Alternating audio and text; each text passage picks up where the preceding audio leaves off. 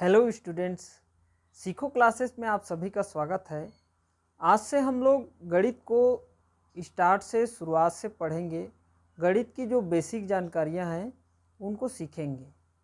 ये क्लास सभी all competition exam के लिए है। इसमें मैं मैथ्स को पढ़ाऊंगा और रीजनिंग को भी एक एक करके हर एक वीडियो को डालते जाऊंगा। इसमें आज हम जो पढ़ेंगे वो है बेसिक ऑफ मैथ, गणित का आधार। वो छोटी छोटी बातें या तरीका जिन्हें हम नहीं जानते हैं या भूल गए रहते हैं, उसको आज हम लोग रिपीट करेंगे, रिवीजन करेंगे। आप कोशिश कीजिए कि वीडियो को कंप्लीट देखिए ताकि आप लोगों को अच्छे से समझ में आए। आज के क्लास में हम लोग पढ़ेंगे चिन्ह ज्ञान। चिन्ह ज्ञान यानी कि चिन्हों के बारे में जानेंगे कि कैसे ऐड करते हैं, कैसे सब्सट्रैक्ट करते हैं, घटाते हैं, या कैसे गुणा करते हैं और कैसे भाग करते हैं चिन्हों का। उसके बाद पक्षांतर करना, ट्रांसफ़र कैसे करेंगे, हाउ टू ट्रांसफ़र। जब दो पक्ष हो तो एक पक्ष से दूसरे पक्ष जाए तो उसके चिन्ह में क्या बदलाव आता है, ये जानेंगे। फिर है भिन्न को हल करना, सॉल्व टू फ्रैक्शन, यानी कि भिन्नों को कैसे हल करेंगे। दो भिन्न रहेंगे, उनको जोड़ेंगे, घटाएंगे, भाग करेंगे और गुणा करेंगे, वो सीखेंगे हम लोग। और चौथा है बेसिक जानकारी। इसमें जैसे कि 4 बटा हो या 3 बटा वाला जो क्वेश्चन है या सिचुएशन है उसको कैसे सॉल्व करते हैं उसको पढ़ेंगे। और बराबर के दोनों पक्षों में यानी कि लेफ्ट हैंड साइड और राइट हैंड साइड में जो भी वेरिएबल हो, चर राशि हो या अचर राशि हो, उसको कैसे कटाते हैं या कैसे सॉल्व करते हैं वो सीखेंगे। तो चलिए हम लोग स्टार्ट करते हैं। सबसे पहला जो तरीका है उसको सीखते हैं, चिन्हों का ज्ञान, है ना। ये जो आधारभूत जानकारी है, इनको यदि आप अच्छे से जान गए तो गणित का आपका आधार क्लियर हो जाएगा। आगे क्वेश्चन सॉल्व करने में आपको कोई प्रॉब्लम नहीं होगा। चलिए पहला सीखते हैं हम लोग, जोड़ या घटाव। चिन्हों को कैसे जोड़ते हैं, कैसे घटाते हैं, एडिशन एंड सब्सट्रैक्शन, है ना, उसको सीखते हैं। फॉर एग्जांपल एक एग्जांपल ले लेते हैं, जैसे कि -9 + 5, इसको हल करेंगे तो कितना आएगा, है ना, -9 धन 5। तो जब भी ऐसा क्वेश्चन या ऐसा सिचुएशन आ जाए तो आपको क्या करना है, इसमें ये देखना है कि इन दोनों में बड़ा कौन है। इन दोनों में बड़ा हमें दिख रहा है 9 है, तो जो बड़े अंक होगा उसके सामने में जो चिन्ह होगा वही चिन्ह हल में प्राप्त होता है। तो बड़ा अंक 9 है और उसके सामने में माइनस है, इसलिए ये माइनस हो जाएगा। और -9 में धन 5 को हल करना है। तो एक चीज़ ये जान लीजिए, ऋण जो है हमेशा उधारी को दर्शाता है और धन जो है हमारे पास स्थित धन है। यदि 9 रुपये उधार है और 5 रुपये छूटते हैं तो कितना उधार बचेगा, 4 उधार बचेगा, है ना। इसी तरह से और एग्जांपल ले लेते हैं, -7 + 2। अब इन दोनों में भी बड़ा देखेंगे तो 7 है और 7 के सामने में जो चिन्ह है वही चिन्ह आएगा, तो ये माइनस चिन्ह होगा हल में। और 7 में 2 हमें हल करना है, तो 7 रुपये उधार है और 2 रुपये छूटेंगे, है ना। 7 रुपये उधार है और 2 रुपये छूटते हैं तो कितना उधारी बचेगा, 5 रुपये उधारी बचेगा, है ना। तो इससे हमने एक तो नियम सीखा। नियम क्या सीखा कि बड़े अंक के सामने में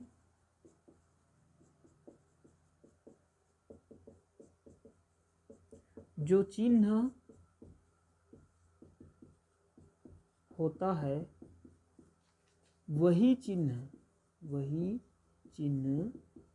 हल में प्राप्त होता है, हल में प्राप्त होता है। और क्या सीखे, नोट करके और हम लिख सकते हैं, अच्छे से समझते जाइए। यदि बेसिक चीज़ों को जान गए तो गणित में आपको हल करने में कभी प्रॉब्लम नहीं होगा। और हम लोग ये सीखे कि ऋण चिन्ह, माइनस चिन्ह उधारी को दर्शाता है, उधारी को दर्शाता है, जबकि धन चिन्ह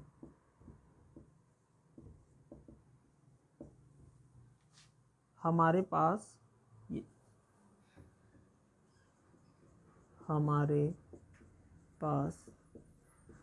स्थित धन को दर्शाता है, स्थित धन को दर्शाता है। एक बार फिर अच्छे से समझते हैं। ऋण चिन्ह उधारी को दर्शाता है और धन चिन्ह हमारे पास जो है धन उसको दर्शाता है। तो 9 रुपये उधारी है और 5 रुपये हम छूटते हैं तो 4 उधारी बचेगा। 7 रुपये उधारी है और 2 रुपये हम छूटते हैं तो 5 उधारी बचेगा, है ना। इसी तरह से और एग्जाम्पल ले लेते हैं, मैं यहाँ पे लिख देता हूँ।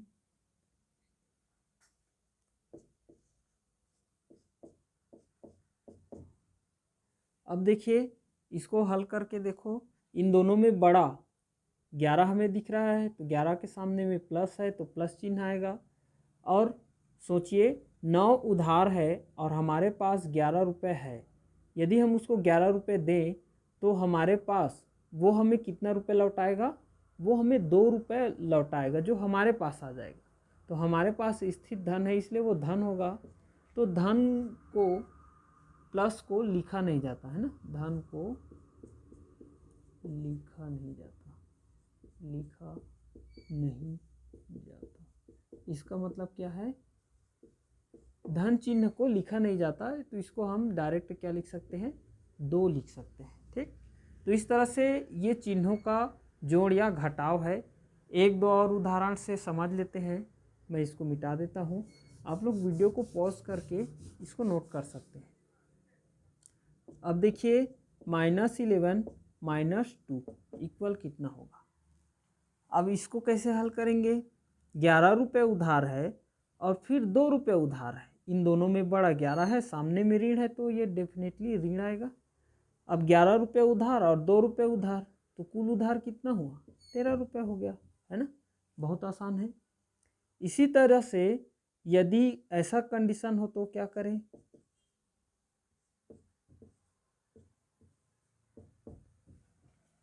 अब इस कंडीशन में क्या करेंगे, पहले 2 को हल करते जाएंगे, है ना। इन दोनों को आपस में हल करो या किसी को भी पहले हल करो, कोई 2 को। तो पहले इन दोनों को हल कर लेंगे, -5 और +6, 5 उधारी है और 6 देंगे तो वो हमें 1 वापस देगा, धन 1 आएगा और -2 हो जाएगा, है ना। अब इसको हल करेंगे तो क्या आएगा, 1 रुपये हमारे पास है और 2 रुपये उधार है, इन दोनों में बड़ा 2 है, 2 के सामने में ऋण है तो डायरेक्ट ऋण आ जाएगा। और 1 रुपये हमारे पास है और 2 रुपये उधार है तो 1 छूटेंगे तो 1 उधार बचेगा। तो इस तरह से इसको हल करेंगे। इस तरह के मैं प्रैक्टिस सेट में आपको दे दूंगा, है ना, यहाँ पे लिखे रहूँगा, उसको आप सॉल्व करके देखना कि माइनस माइनस को कैसे सॉल्व करते हैं, प्लस माइनस प्लस माइनस को कैसे सॉल्व करते हैं। कोई भी 2 को पहले हल कर लो फिर हल हो जाता है। इस तरह से ये है चिन्हों का जोड़ या घटाव। मेरे ख्याल से आप लोग अच्छे से समझ गए होंगे। अब हम लोग आगे बढ़ते हैं। अब हम लोग नेक्स्ट सीखते हैं चिन्हों का गुणा करना, कि चिन्हों को कैसे गुणा करेंगे, है ना। तो चलिए उदाहरण ले लेते हैं। फॉर एग्जाम्पल से ही अच्छे से समझ में आता है, फिर उसके बाद उसके नियम को लिखेंगे, है ना। जैसे -5 × 2 ऐसा हो तो गुणा तो वही होगा, 5 दूने 10 आएगा, ये क्लियर है। लेकिन जब भी माइनस और यहाँ पर कुछ नहीं है मतलब प्लस स्थित है ना, माइनस और प्लस का कॉम्बिनेशन हो इनटू के फॉर्म में तो हमेशा माइनस आएगा। माइनस और प्लस का कॉम्बिनेशन हो या प्लस और माइनस का कॉम्बिनेशन हो, एक ही बात है ना, तो हमेशा माइनस चिन्ह आएगा गुणा करेंगे तो, है ना। इसी तरह से और एग्जाम्पल देख लेते हैं।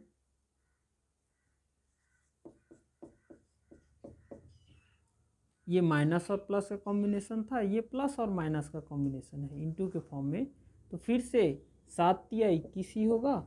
लेकिन धन और ऋण का गुणा हो या ऋण और धन का गुणा हो तो सदैव ऋण चिन्ह आता है। ठीक, तो ये -21 हो गया। इसी तरह से आगे बढ़ते हैं, तीसरा लिख लेते हैं। तीसरा में हम पढ़ते हैं -5 × -4। जब भी माइनस माइनस का इंटू हो तो चिन्ह जो है प्लस आएगा और 5 चौक 20 हो। तो इस तरह से ये ध्यान रखना है कि ऋण ऋण का गुणा धन होता है, जबकि धन ऋण या ऋण धन का गुणा ऋण ही होता है। ये है नियम। ठीक, तो नियम को लिख लेना। नियम में क्या लिखेंगे? ऋण इंटू प्लस, ऐसे कर लेते हैं। ऋण और धन का गुणा सदैव क्या होता है? ऋण होता है। और क्या है? धन और ऋण का गुणा क्या निकलेगा? ऋण ही निकलेगा। ठीक, ऋण धन हो या धन और ऋण हो, उन दोनों का आपस में गुणा ऋण ही आएगा, जबकि ऋण और ऋण का गुणा हो तो धन आएगा, है ना। और क्या कर सकते हैं हम लोग? धन और धन का गुणा हो तो वो धन ही आएगा। ये तो कॉमन सेंस की बात है ना, इसको सब जानते हैं। ठीक, तो इस तरह से ये चिन्हों का गुणा है कि माइनस प्लस या प्लस माइनस दोनों का इंटू हो तो हमेशा माइनस आएगा, लेकिन माइनस माइनस का इंटू हो तो प्लस आएगा। तो इस तरह से ये चिन्हों का गुणा है। अब इसी में एक और एग्जाम्पल देख लेते हैं।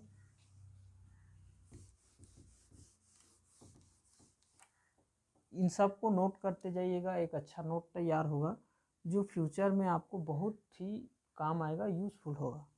चलिए एक नेक्स्ट एग्जांपल देखते हैं।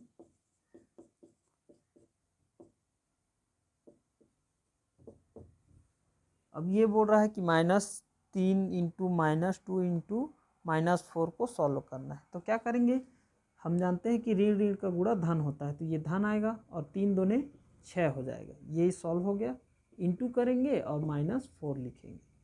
तो ये अब क्या आ गया? प्लस और माइनस का इंटू आ गया।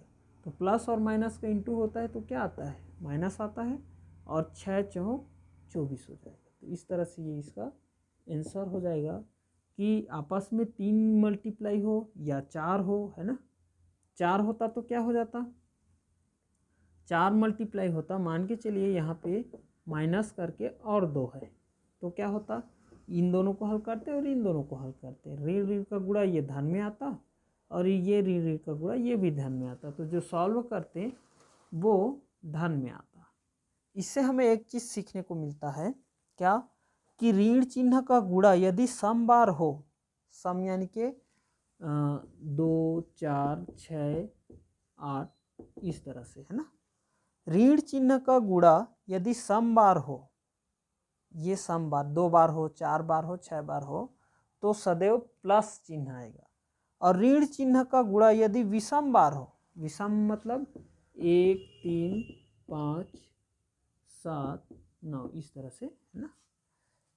ऋण चिन्ह का गुणा यदि विषम बार हो तो हमेशा ऋण ही आएगा। जैसे 3 बार हुआ, है ना, 3 बार गुणा हुआ तो यहाँ पे देखिए ऋण चिन्ह आया। तो इसको नोट करके लिखना क्या?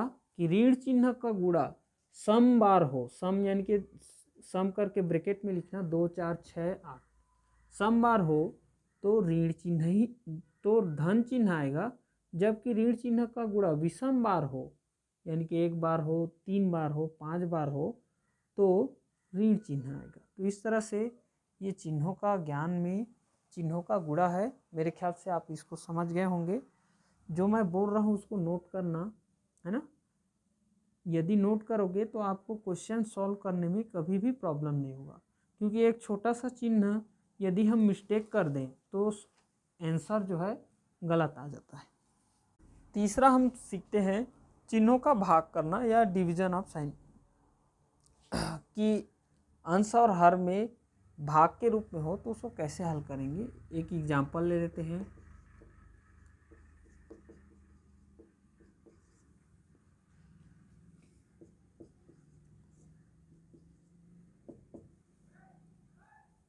अंश में यदि ऋण चिन्ह है और हर में धन चिन्ह है, कुछ नहीं है मतलब धन है, तो यदि भाग दें तो हल करेंगे तो हमेशा ऋण चिन्ह ही आएगा और 5 एकम 5 दूने 10, ये -2 आ गया है ना। इसी तरह से अगला एग्जाम्पल ले लेते हैं।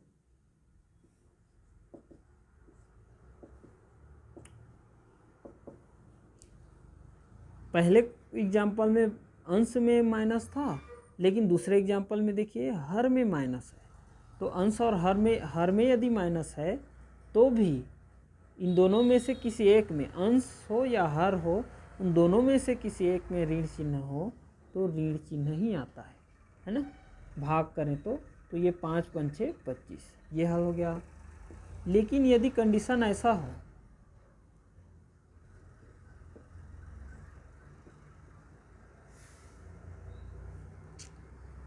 अंश और हर दोनों में ऋण हो तो क्या आएगा?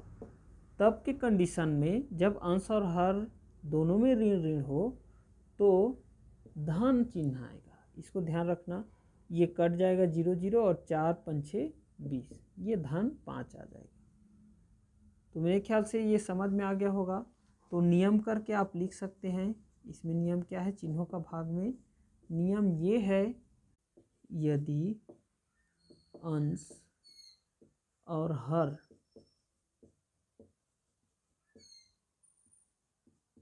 दोनों में से किसी एक में भी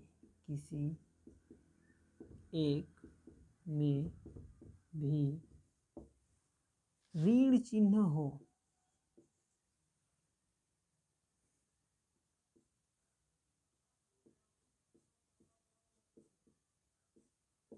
तो हल ऋण चिन्ह में प्राप्त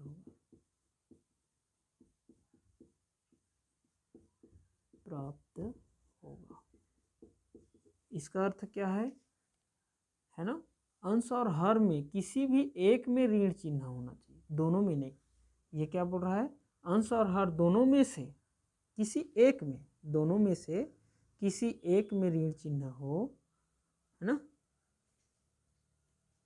एक में ही लिखते हैं इसको।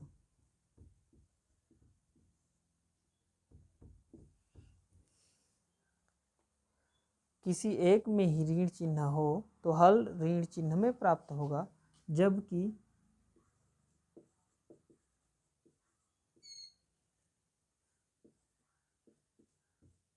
दोनों में ऋण चिन्ह हो तो धन चिन्ह प्राप्त होगा।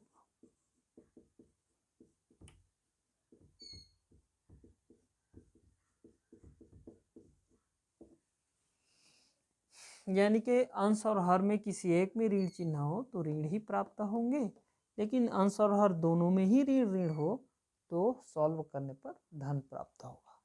तो इस तरह से ये चिन्हों का भाग है। आगे हम लोग ब्रैकेट के सामने में यदि चिन्ह ऋण हो तो कैसे हल करते हैं उसको जानेंगे, है ना। मेरे ख्याल से ये समझ में आ गया होगा, इसको भी नोट कर लेना। यदि कोष्टक के सामने में ऋण चिन्ह हो तो उसको कैसे हल करेंगे, है ना। जैसे एक एग्जांपल ले लेते हैं कि माइनस जो है सामने में है और ब्रैकेट के अंदर में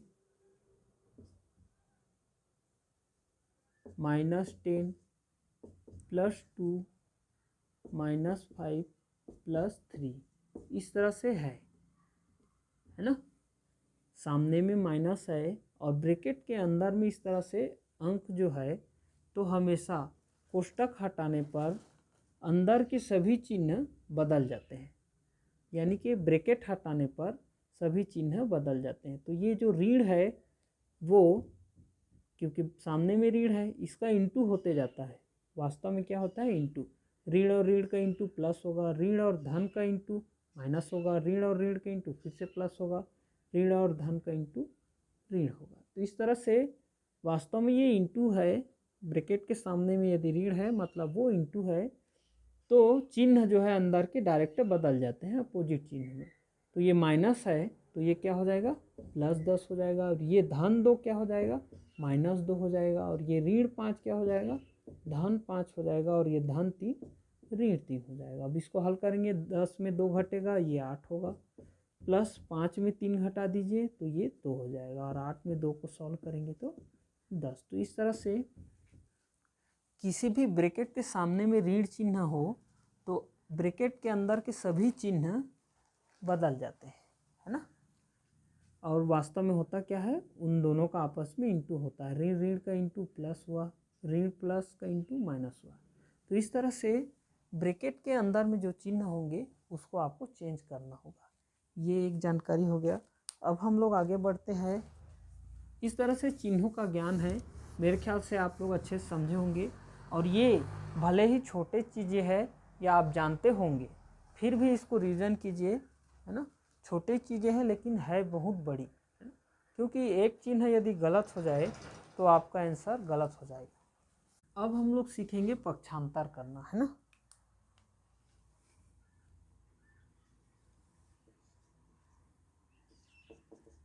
एग्जाम्पल से समझते हैं। एक एग्जाम्पल ले लेते हैं, जैसे कि इस तरह का क्वेश्चन है जिसमें हमें x का वैल्यू निकालना है, तो हम क्या करेंगे, इसको पक्षांतर करेंगे, है ना। यहाँ पे मैं लिख देता हूँ पक्षांतर करने पर। जैसे आप लोग 10वीं में पढ़े होंगे, है ना, कैसे पक्षांतर करते हैं, उन्हीं चीज़ों को रिविजन कर रहे हैं। वही चीज़ें बेसिक है जो आपके लिए जानना बहुत ज़रूरी है। अब देखिए, हमेशा वेरिएबल जो चर राशि है, चर राशि मतलब ए से लेके जेड तक, ABCD XYZ, उसको वेरिएबल बोलते हैं, चर राशि।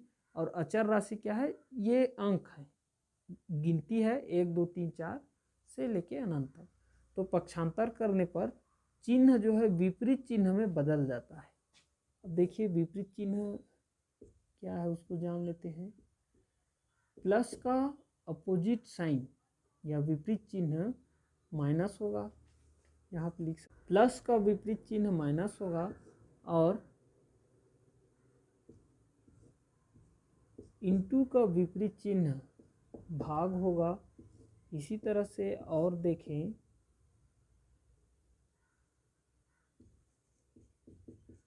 घात में जैसे कोई अंक होता है, घात 2 हो तो उसका विपरीत चिन्ह करनी होता है, ठीक, करनी लिख देता हूँ।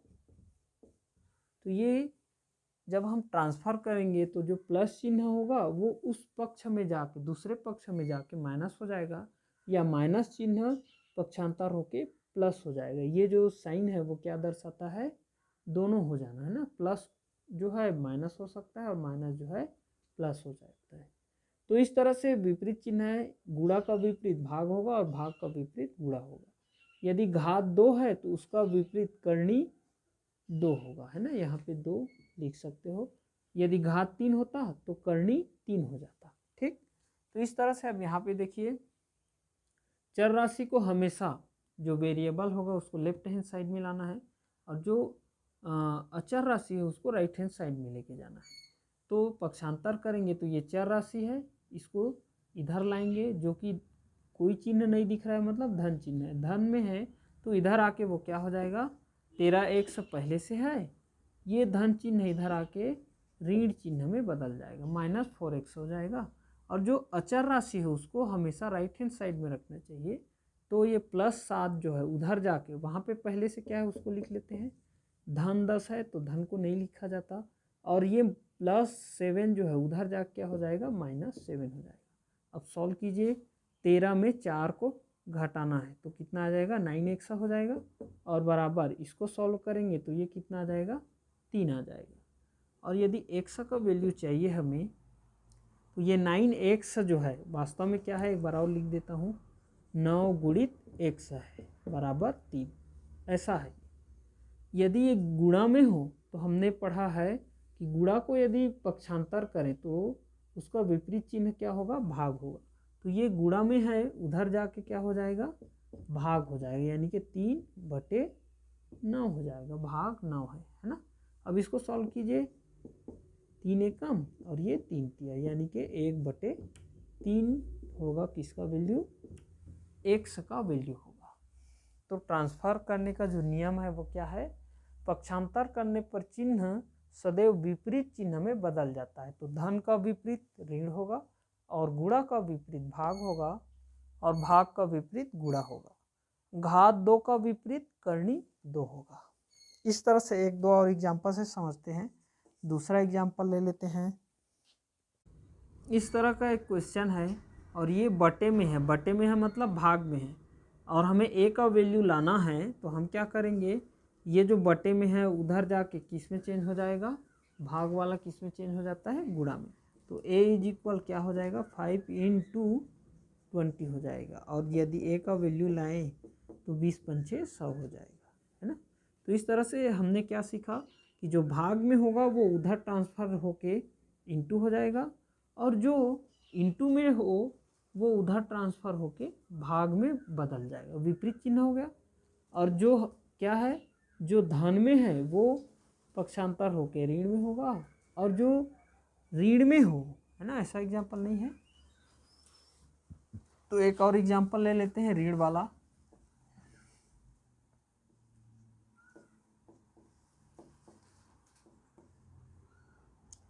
जो ऋण में हो उसको यदि हम पक्षांतर करें तो क्या हो जाएगा, धन में बदल जाएगा। पहले से 10 है, ये ऋण 10 उधर जाके धन 10 हो जाएगा, और जब दोनों को हल करेंगे तो 20 आएगा। तो इस तरह से क्या करते हैं, पक्षांतर करते हैं। इसको अच्छे से इस नियम को लिखना, आप नियम करके क्या लिख सकते हैं, पक्षांतर करने पर चिन्ह सदैव विपरीत चिन्ह में बदल जाता है। उसके बाद फिर इसको नोट करना कि प्लस का विपरीत चिन्ह माइनस हो, गुणा को भाग में और भाग को गुणा में, है ना, और घात 2 को करनी 2 में बदल सकते हैं। तो इस तरह से इसको नोट कर सकते हो। ये घात 2 वाला एग्जाम्पल देखिए, ये चौथा एग्जाम्पल है। करनी में x हो और बराबर के उस पार 10 हो, यानी कि ये वाला कंडीशन है, और हमें x का वैल्यू लाना हो।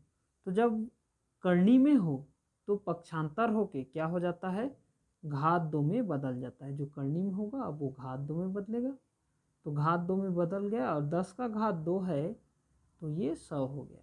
इसी तरह से यदि घात 2 है और उसको पक्षांतर करें, है ना, पांचवा एग्जाम्पल देखिए, घात 2 है उसको पक्षांतर करें तो वो क्या आ जाएगा, करनी के रूप में बदल जाएगा, है ना।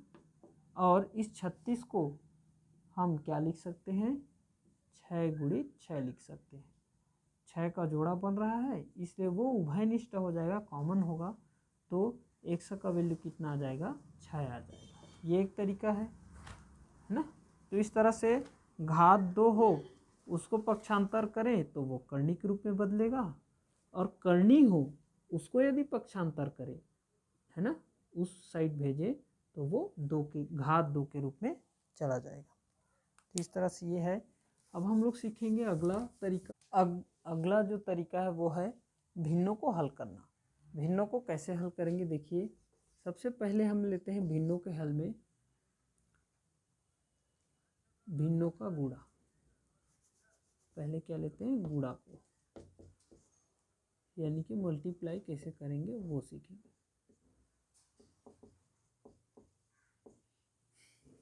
तो भिन्नों का गुणा जैसे 2/3 गुणित अंश और हर के रूप में हो वो भिन्न है ना। तो 2/3 गुणित 5/6 ऐसा हो तो उसको कैसे हल करेंगे, अंश का गुणा अंश से करेंगे और हर का गुणा हर से कर देंगे। 2 पंचे 10 हो जाएगा और बटे 3 छक्के 18 हो जाएगा। आप चाहो तो उसको और कटा सकते हो। तो इस तरह से भिन्नों का गुणा है, अंश का गुणा अंश से और हर का गुणा हर से कर देते हैं तो भिन्नों का गुणा हो जाएगा। अब अगला देखिए भिन्नों का भाग।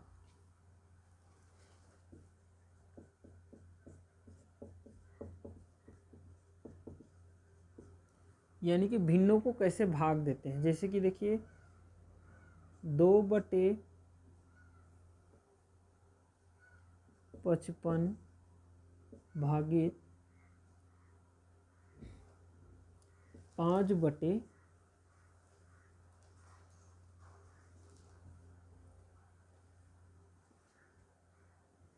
3/5, 2/55 भागित 3/5।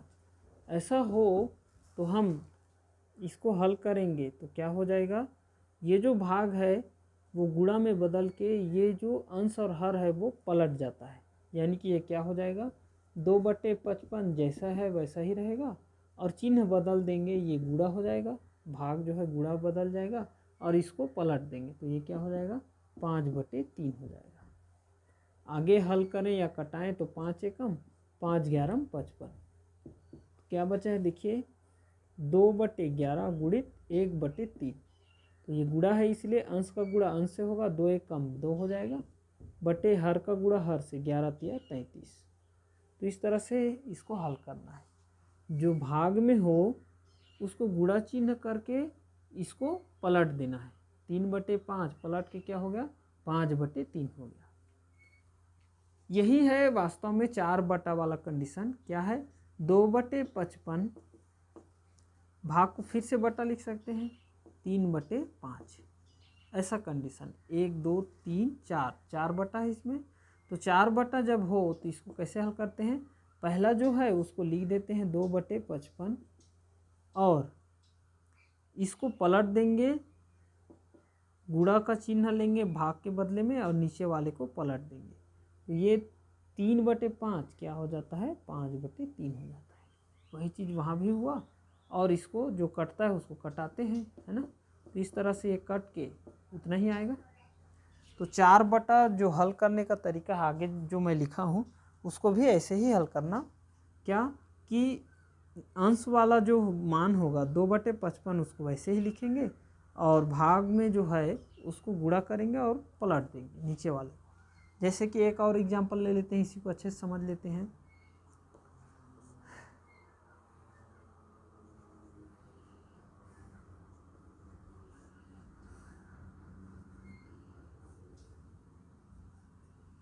इस तरह से 4 बटा है, तो इसको यदि हल करें तो ये क्या आ जाएगा देखिए, बराबर करके ये 5/35 को वैसे ही लिखेंगे और गुणित करके ये जो चिन्ह है वो पलट जाएगा, वो 7/3 हो जाएगा। अब अंश का गुणा अंश से और हर का गुणा हर से, या जो कटे उसको काट सकते हैं। देखिए कट रहा है क्या 7 एकम 7 पंचे 35 और ये 5 एकम 5 एकम, तो इस तरह से कट गया। ये 1 है तो अंश का गुणा अंश से कर दीजिए, 1 एकम 1 आ जाएगा, बटे हर का गुणा हर से कीजिए, तो यहाँ पे 1 बचा है तो 1 तिया 3, तो 1/3 इसका क्या होगा आंसर हो जाएगा। तो इस तरह से 4 बटा या भिन्नों का भाग एक ही है ना, इस तरह से भिन्न हो तो गुणा चिन्ह करना और नीचे दूसरे वाले पद को पलट देना है, ठीक।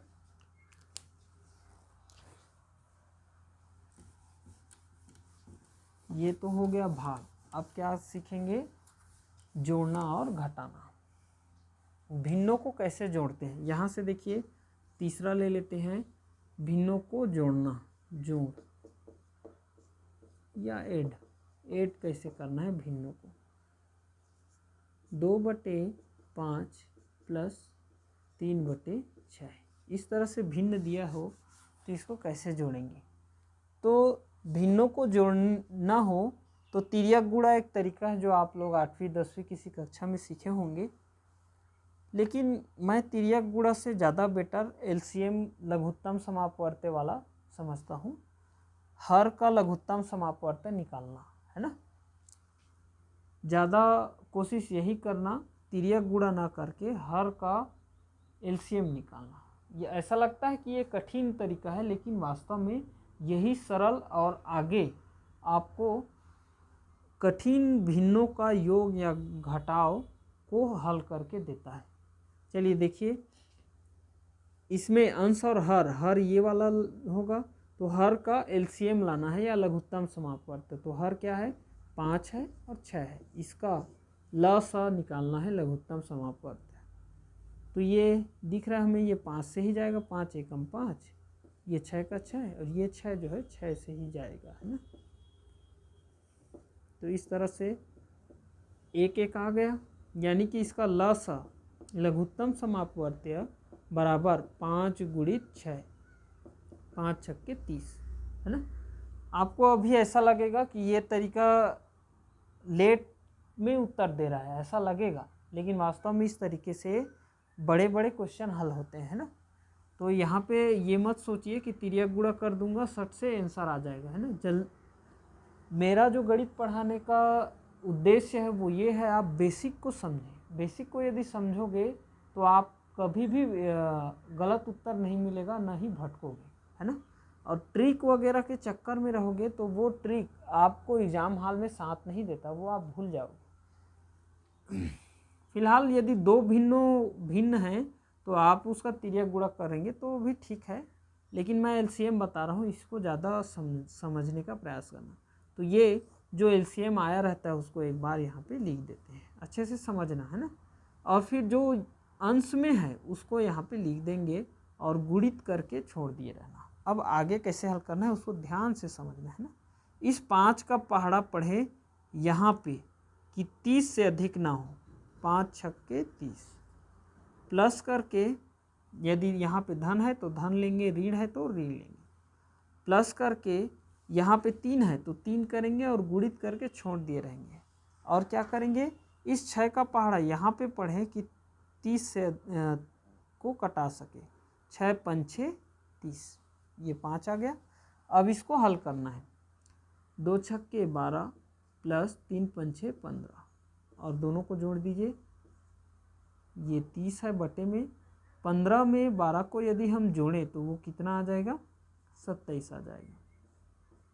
तो इसका सही आंसर कितना आ जाएगा, 27 बटे 30। या आप इसको आगे कटाना चाहे तो कटा सकते हैं, 3 नियत 27, 3 धाम 30, है ना, 9 बटे 10, इस तरह से आंसर आ जाएगा। ठीक, तो 9 बटे 10 इसका सही आंसर होगा।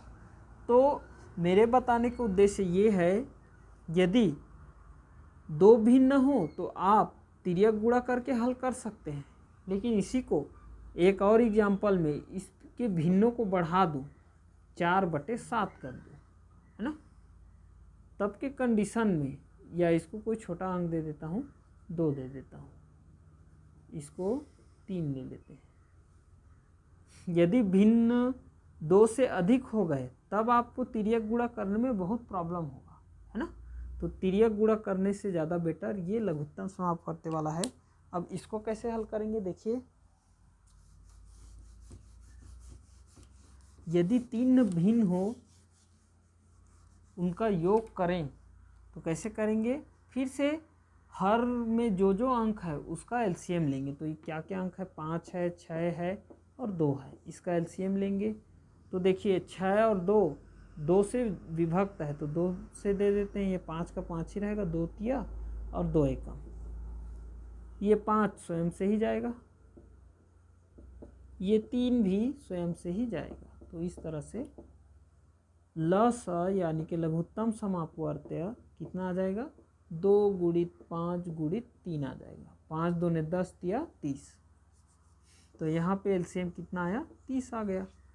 तो जो एलसीएम आएगा उसको बटे करके नीचे में लिख देना है, यहाँ पे जो वैल्यू आएगा, है ना, उसको यहाँ पे लिख देना है। उसके बाद अंश को देखना है, अंश में 2 है तो 2 लिखेंगे, गुणित करेंगे। इस 5 का पहाड़ा यहाँ पे पढ़े कि 30 से अधिक ना हो, 5 छक्के 30, ये हो गया। यदि यहाँ पे धन चिन्ह है तो धन लेना, यदि ऋण चिन्ह हो तो ऋण लेना। फिर 3 है तो 3 करेंगे और गुणित करके 6 का पहाड़ा यहाँ पे पढ़े कि 30 से अधिक ना हो, 6 पंछे 30, प्लस करके ये 3 का 3 ही लिखेंगे और गुणित करके 2 का पहाड़ा पढ़े यहाँ पे कि 30 से अधिक ना हो, 2 15 30, 15 दूने 30 होता है ना। अब क्या करेंगे, तीनों को आपस में हल कर देंगे, जोड़ देंगे, है ना। 6 दूने 12, ये 12 लिख दिया, 3 पंछे 15 प्लस 15 तिया 45 और बटे 30, इस तरह से इतना आ गया। अब इन सब को जोड़ दीजिए, ये 10 और 40 50 हो गया, और 50 में 10 जोड़ेंगे, 5 5 10 होता है, 60 हो गया, 60 10 70 और ये 72, 72 बटे 30, इस तरह से आ गया।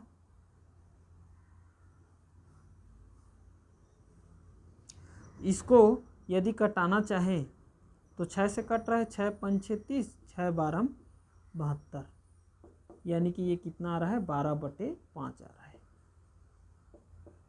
है ना। तो इस तरह से जब तीन भिन्नों को जोड़ेंगे तब आपका तिर्यक गुणा है ना करने में दिक्कत होगा। इन दोनों का तिर्यक गुणा करेंगे, जो आएगा उसमें फिर इन दोनों का तिर्यक गुणा करेंगे, है ना, तब ये हल हो जाएगा। लेकिन उससे ज़्यादा अच्छा तरीका ये है, क्योंकि ये कई कठिन प्रश्नों को हल करके देगा। आगे मैं जब पढ़ाऊँगा तब इसका वैल्यू जो है हमें समझ में आएगा कि कैसे में ये ज़्यादा इम्पोर्टेंट तरीका है। तो मेरे ख्याल से आपको ये भिन्नों का योग समझ में आ गया होगा। यदि ऋण चिन्ह को लिया जाए तो सिंपल है, माइनस है तो यहाँ पे क्या हो जाता, माइनस हो जाता, ये माइनस हो जाता और फिर इसको हल कर लेते हैं ना। तो इस तरह से जोड़ है, उसका घटाव भी वही है ना, ऋण चिन्ह होगा तो ऋण कर देंगे, बाकी सब तरीका क्या है बिल्कुल सेम है। तो इस तरह से ये भिन्नों का हल है। अब हम लोग सीखेंगे बराबर के दोनों पक्षों को कैसे काटते हैं, कैसे सॉल्व करते हैं, और 3 बटे वाले को और 4 बटे वाले को हल करना। पहले 3 बटे या 4 बटे वाले को हल करना सीखते हैं। एग्जाम्पल ले लेते हैं, जैसे कि एक क्वेश्चन लेते हैं। अभी मैं 4 बटा वाले को बताया हूँ, क्या बताया हूँ कि यदि 2/10 बटा 5/2 ऐसा हो तो इसको यदि हल करना हो तो क्या लिखेंगे, 2/10 लिखेंगे और भाग के बदले में इंटू चिन्ह करेंगे और नीचे वाले को पलट देंगे। ये 5/2 2/5 हो जाएगा। और जब हल करेंगे तो अंश का गुणा अंश से और हर का गुणा हर से कर देंगे। 2 दूने ये 4 हो जाएगा और 5 दहां 50 हो जाएगा।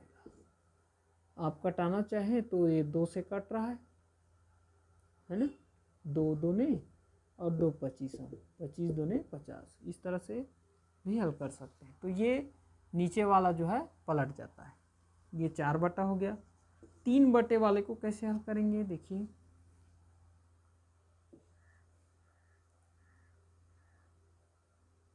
1/2/3 ऐसा है ना। तो इसको यदि हमें हल करना हो, जब भिन्न वाला अध्याय पढ़ेंगे तो उसमें ये बहुत ही उपयोगी है, काम आएगा, है ना।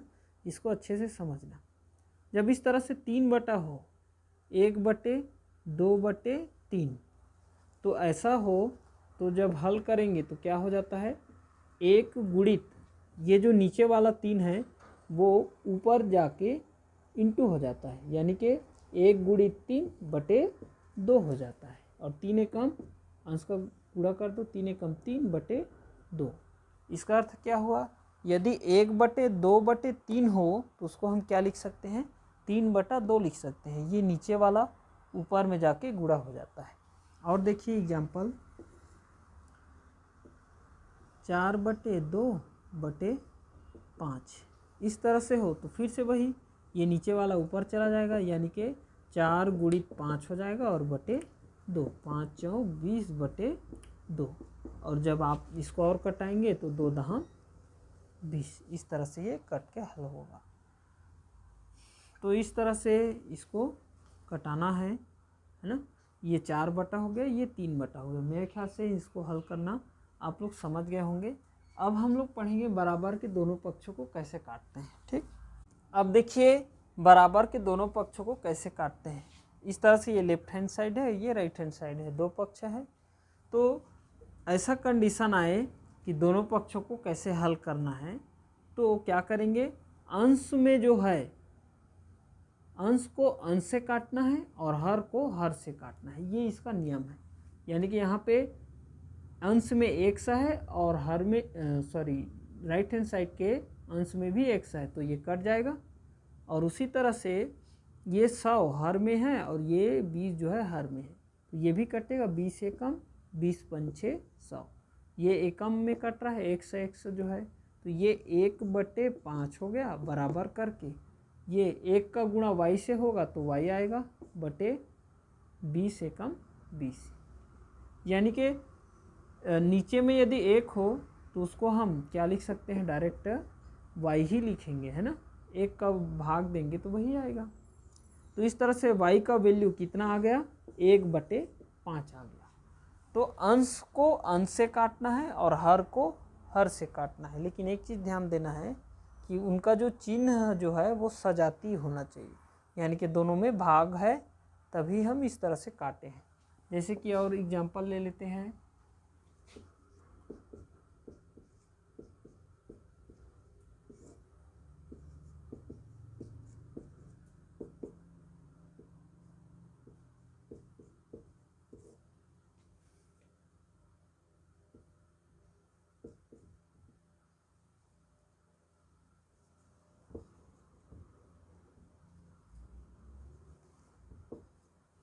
इस तरह से एक एग्जांपल ले लेते हैं।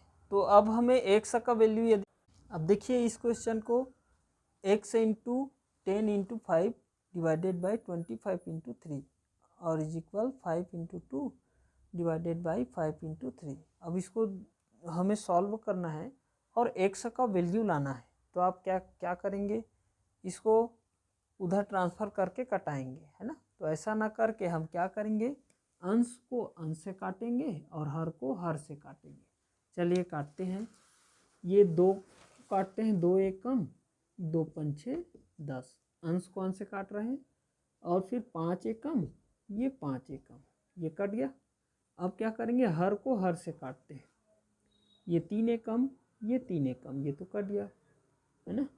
5 एक कम, ये 5 पंछे 25, ठीक, ये एक है। अब ये 5 अंश हर में है और ये अंश में भी है, तो ये भी कटेगा। 5 एक कम, 5 एक कम, तो एक से इंटू क्या बचा है, एक है, यानी कि एक से ही आएगा। यहाँ पे हर में देखो 1 इंटू 1 एक ही आएगा, यहाँ भी एक है, यहाँ भी एक है, तो एक का वैल्यू 1/1 आएगा, यानी कि एक ही आएगा। तो इस तरह से अंश को अंश से काटना है और हर को हर से काटना है। यदि ये तरीका समझ में आया होगा तो आगे जब हम लोग अध्याय पढ़ेंगे तो ये सभी तरीका, जो अब तक मैं जितना तरीका बताया हूँ, ये 4 तरीके हैं, वो आगे हर एक नए चैप्टर में आपको काम आएगा। उसी तरीके से हम लोग काटेंगे, ट्रांसफ़र करेंगे, है ना, एलसीएम निकालेंगे, भिन्नों को हल करेंगे और चिन्हों का जोड़ घटाव करेंगे। तो मेरे ख्याल से ये वीडियो आपके लिए काफ़ी यूज़फुल होगा, है ना। हर आप ये मत सोचिए कि मैं इन सब को जान रहा हूँ, है ना। कई चीज़ें जो होती है हम जानते रहते हैं, लेकिन कई बार उन चीज़ों को, छोटी छोटी चीज़ों को भूल जाते हैं, जिसे हल करने में दिक्कत होता है। और मेरा ये क्लास जो है बिल्कुल बेसिक से स्टार्ट है, एकदम शुरुआत है ना। इसलिए कई लोगों को अच्छा नहीं लगेगा, है ना, और बहुत लोगों को जो जिनका गणित थोड़ा कमज़ोर है उनके लिए बहुत ही यूजफुल वीडियो है, ठीक। तो मिलते हैं नेक्स्ट क्लास में, तब तक के लिए थैंक्स।